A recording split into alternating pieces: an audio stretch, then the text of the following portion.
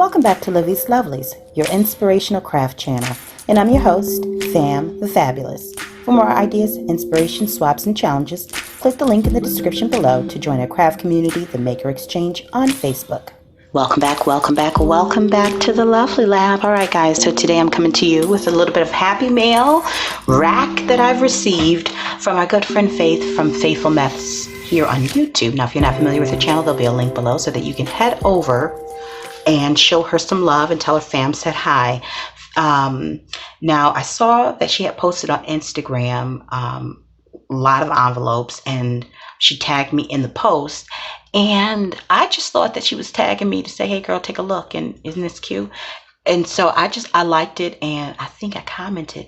But it never occurred to me that I was going to be one of the recipients. So, Faith, if you're watching, thank you so much for taking time out of your busy day of creating, momming, wifing, and ladying, womaning, adulting, to share a little love and send it on my way. I truly do appreciate it. I don't even care what's inside this envelope. The fact that you have decorated it with love, I do so appreciate. I'm going to cover up that little piece, but I just want to show you the outside. Okay. Now, also on Faith's channel, she does Bible journaling. She's a colorist, meaning she uses a variety of different colors and ink types to color with. I'd never seen pan pastels before watching her channel, so I've learned quite a bit about coloring by watching her channel and blending and things of that nature. Not that it's something that I'm into right now, that I use in my crafting right now, but I do have coloring books and I do like to color. So I appreciate the knowledge and watching her do what she does. And she also has a very exhaustive washi collection. If you are a washi enthusiast like Faith is, you might want to head over and check her channel out, and she'll probably have a link to her Etsy shop where she sells washi books. And I thought that I have quite a bit of washi myself, but for those who are just starting out on their washi collection, she offers washi books. And what it is, it's basically an album about a little bit bigger than this, and it probably has maybe 10 pages in it. I want to say 10 actual pages. I'm not sure about the number, but each page has, a variety of different washis that you can use. So you're not paying for a full roll, which sometimes we just never use the whole thing.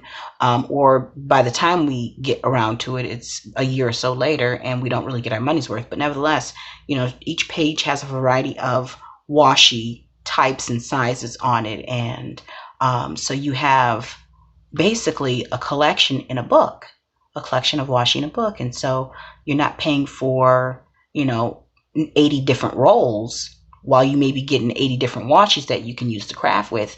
So it's a very economical way to build your washi stash while also adding variety to it. You know what I mean? So anyways, before I show you guys this, I also wanted to share this little tip that I felt like I needed to share because another viewer had asked about it. On one of my videos, I think I was stitching something to go into my journal. Might have been journal tags or journal cards or whatever. So what this is my stitch template, and I use this when I'm getting ready.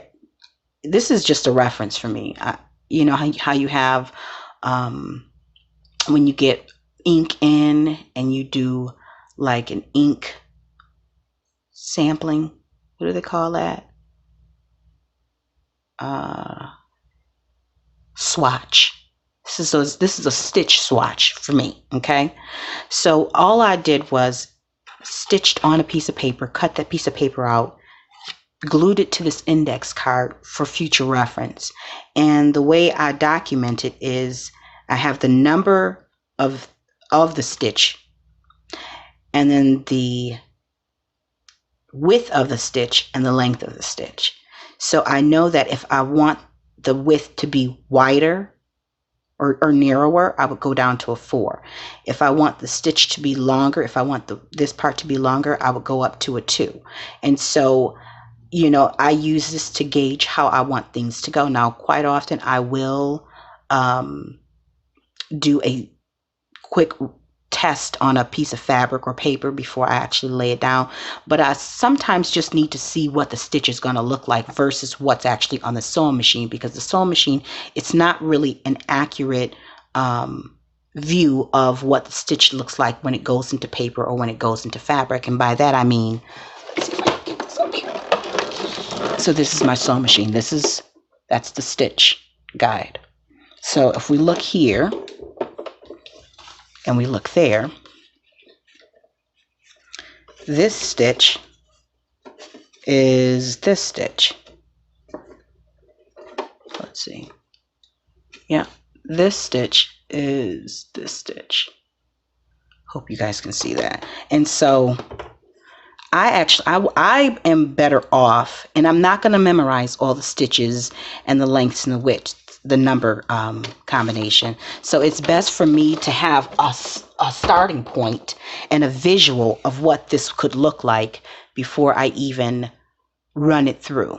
Okay, and so it helps me to quickly produce a stitch and set a stitch and even commit to a stitch before I lay it down, and I don't have to do so much testing and what have you, because we also know that sometimes our machines ain't acting right anyway, so we got to dedicate time to troubleshoot and so on and so forth. But anyways, I just wanted to share that with you guys. And so I just laid it down on an index card, punched a hole in it and added some string, and then I just attach it to the bobbin winder thing on the top, or I just simply set it underneath the foot and drop the foot down if I'm using it throughout a project. And so I hope that one helps those, especially the beginners who are just getting familiar with a sewing machine or just getting started with adding stitches to their journals. Now, without further ado, let's go ahead and open up this super sweet Happy Mail sent by our friend Faith. Let me just grab the scissors and slide it out this way. All right. And I actually have been so consumed with swaps that I haven't had an opportunity to send out any rack in 2020, but that will definitely have to change, because isn't that kind of what creating is all about? It's about, sharing your gift with others. So, of course, Faith has packed this thing so good that this is not about to slide out easily. All right, Faith. Okay, so here we go. And oh, how pretty. Let me make sure there's nothing else in there. And of course there is. Okay, so there's a little note. It says, Happy New Year. I hope all is well with you and your family. January was so busy and I wanted to get these little letters out 2 weeks ago. Womp.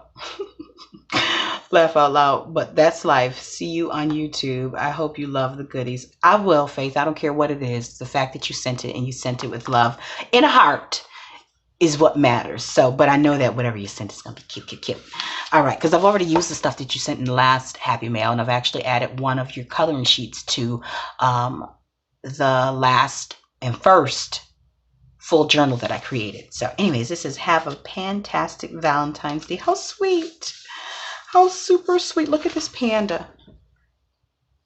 I love it when people use things in an unconventional way, because I would never think to put pastels with a dark background, but I love the way it comes together with the contrast and the cute little balloon. Do you see how she made the balloon? How adorable. All right, so we have a cute little sticker. Is that a smelly sticker? Let me see. You never know. It's not a smelly sticker, but nevertheless. Okay, and then we have the iridescent hearts. Okay. Cute. Ooh. Oh. Take a look at that. Crocheted hearts. I don't know what. Oh, I cannot. I'm going to have to scan it because I don't run across these very often. I'm not going to share it with anybody. I'm just going to scan it so I can keep using it. And I watched you, Faith, go through your doll baby book that you purchased. And I laughed so often through that because, some dolls can be a little bit creepy. So I'm glad that you was very selective in the images that you sent me of the doll babies. Because I'm telling you, I am one of those people that get creeped out a little bit by those earlier doll babies with the eyes that bat and stuff like that. Those ones from the 70s and 60s. But that is so sweet. And I will incorporate that into a journal. Oh, look at that. So this is the set that she used it from. He's so sweet. And let me say this. This year, I did not buy any Valentine's Day stickers. None. And I am so low. As a matter of fact, I need to run out and see if I can score some on the clearances because I have very little right now at this point. And the ones I have are from like 2 years ago. Oh, we have some twine. Did you hear me say I like this brand of tea, Faith? Some chamomile, honey, and vanilla. I will be drinking this today. Oh, she's got this so wonderfully and cleverly tucked in there. Oh, wait a minute. Maybe I won't have to buy any Valentine's Day stickers. We got the tie-dyed rainbow. We got some treats. We have, oh, a beautiful die cut. I don't know how this is in here, but it's got to come out because I got to reuse it. She added some stickers, and this looks like a Tim Holtz die cut, in which case it's got to come out, and I'll be reusing it because that is so pretty. I love the colors. And then a cute little envelope with, look at that paper clip. How darling is that? Really?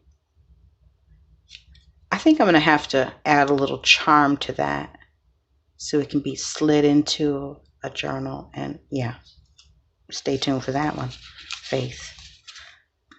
I do need to make some new paper clips, though. I will say that to add to the gratitude journal. So I'll have to add that one to the video schedule. And I'm not sure what this is, but my goodness, it is stuck in here. Let's see. Can I open this up without tearing the envelope? I don't think I can. Bear with me, folks. Oh, it's just a little note to say you're cool. And happy Valentine's Day, Faith. Oh, every day is Valentine's Day, isn't it? When you have crafty friends, sharing love through the art of creating.